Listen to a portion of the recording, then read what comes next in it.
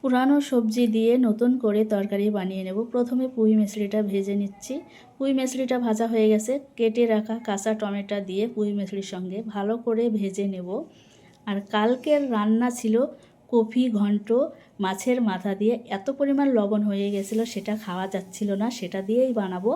তো পুঁই মিশ্রি দিয়ে আর টমেটো দিয়ে ভালো করে ভাজা হয়ে গেছে।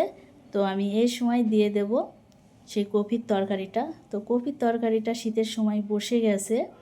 কপির তরকারিটাকে চামচের সাহায্যে ভালো করে একটু নাড়াচাড়া করে ভেঙে নেব। তো এবার আমি দিয়ে দেব টমেটো অথবা পুঁই মিশ্রির মধ্যে কপির তরকারিটা দিয়ে ভালো করে নাড়াচাড়া করে মিশিয়ে নেব। তো এখানে জল দেওয়ার প্রয়োজন ছিল, তো আমার জলটা দিতে হবে না।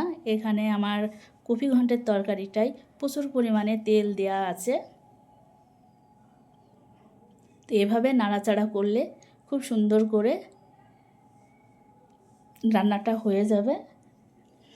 দেখো কত সুন্দর কালারটা এসেছে, লোভনীয় কালারটা এসেছে।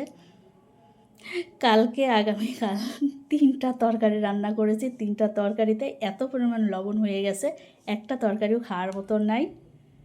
তো এই হচ্ছে পরিস্থিতি। হাজব্যান্ড তো বলছে যে মনটা কোথায় ছিল, মনটা ঠিক আমার কাছে ছিল।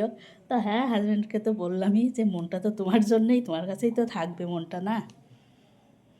তো আমি এভাবে বানিয়ে নিলাম।